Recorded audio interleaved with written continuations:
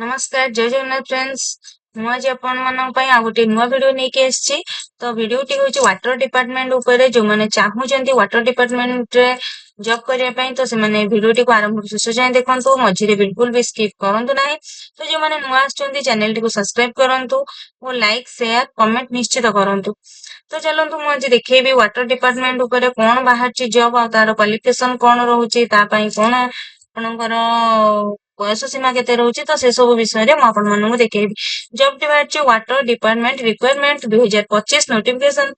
Out for various post तो केते post पई बाहरी छि तार सविशेष विवरणी म आज आपन मानू को ए वीडियोटी माध्यम रे कहि दउछि।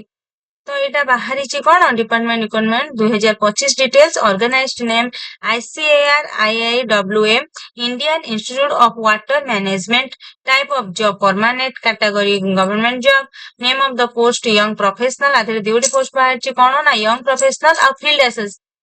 Assistant application mode walk in the interview who can apply all Odisha candidates place of posting Odisha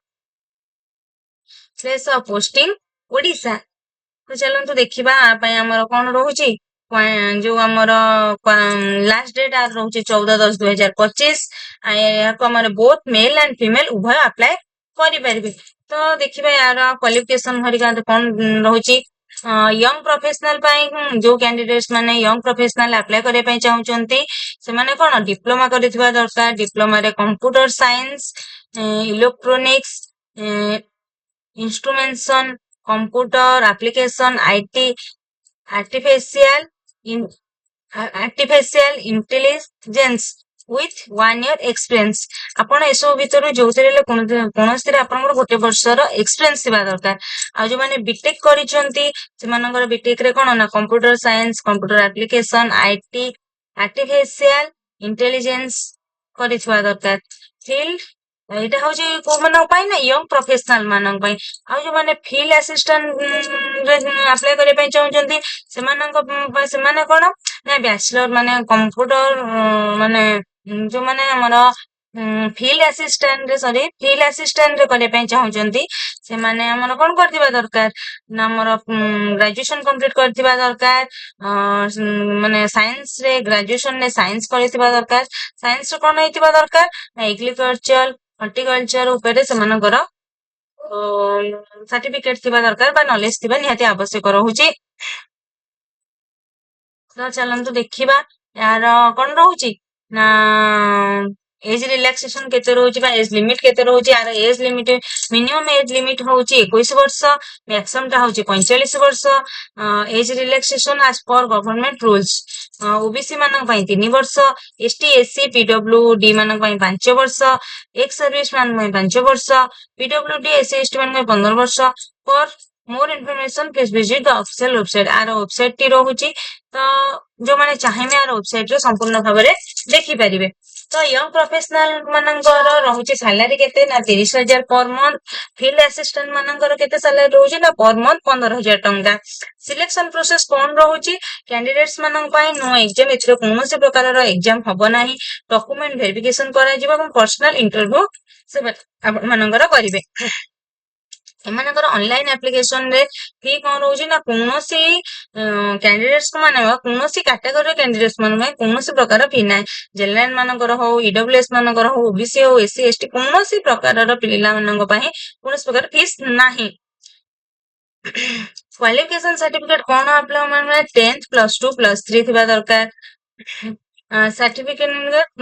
आपनकर डेट ऑफ बर्थ दीटा passport size colour photo caste certificate and कोन इफ एनी एक्सपीरियंस सर्टिफिकेट आपण कोनोसे आपनकर गोटे experience certificate थिबा निहाती आवश्यक अछि। इंटरव्यू डेट केबे रहउची हमर 14/10/2025 रे रहउची इंटरव्यू डेट रिपोर्टिंग टाइम हैला हमर 9:30 रु आरंभ जाई पहुंचबे तो इंटरव्यू टाइम होची 11 टा रे तो भेन्यू बा कोन जगह रे ICAR IIWM हम भुवनेश्वर रे होची एहार इंटरव्यू तो आपण मानकर निये जीवो तो जो माने इच्छुक अछंती ए सब जिंस माने एथरे लाइन ने जॉब करे पई तो से माने एथरे अप्लाई करंतु एवं आ ए विषय रे जहां भी किछि जानिबा पई चाहउचंती तारे ऑफिशियल वेबसाइट टी अछि वेबसाइट टी जाई के तार संपूर्ण नोटिफिकेशन म आपण मानन देखै दउची देखंतु नोटिफिकेशन टी तो नोटिफिकेशन टी कौन यंग प्रोफेशनल जॉब रे गोटे पोस्ट बाहर तार सालारी रोचे 30,000 टंका जो माने diploma in computer science electronics हो इंस्ट्रूमेंटेशन हो computer application IT artificial intelligence with 1 year experience for event field ହେଲା ଯୋଉମାନେ ଚାହୁଁଛନ୍ତି କରିବା ପାଇଁ ସେମାନେ ଏଇ ସବୁ ସାର୍ଟିଫିକେଟ ନେଇକି ବା ତ ଆପଣ ମାନଙ୍କ ପାଖରେ ଥିବା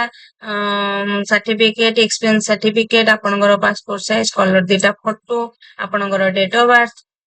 ତ ସେ ସବୁ ନିଅନ୍ତୁ ଆଉ ଏଇଟା ରହୁଛି ଆପ୍ଲିକେସନ ଫର୍ମ ତ ଆପଣ ମାନେ ଦେଖି ଦିଅନ୍ତୁ ଆପ୍ଲିକେସନ ଫର୍ମ ଟିକୁ ଆପଣ ମାନେ ପିଡିଏଫ ଦ୍ଵାରା ବାହାର କରିବେ ବାହାର କରିକି ଆପଣଙ୍କର ଫଟୋ ଆପଣଙ୍କର ନାଁ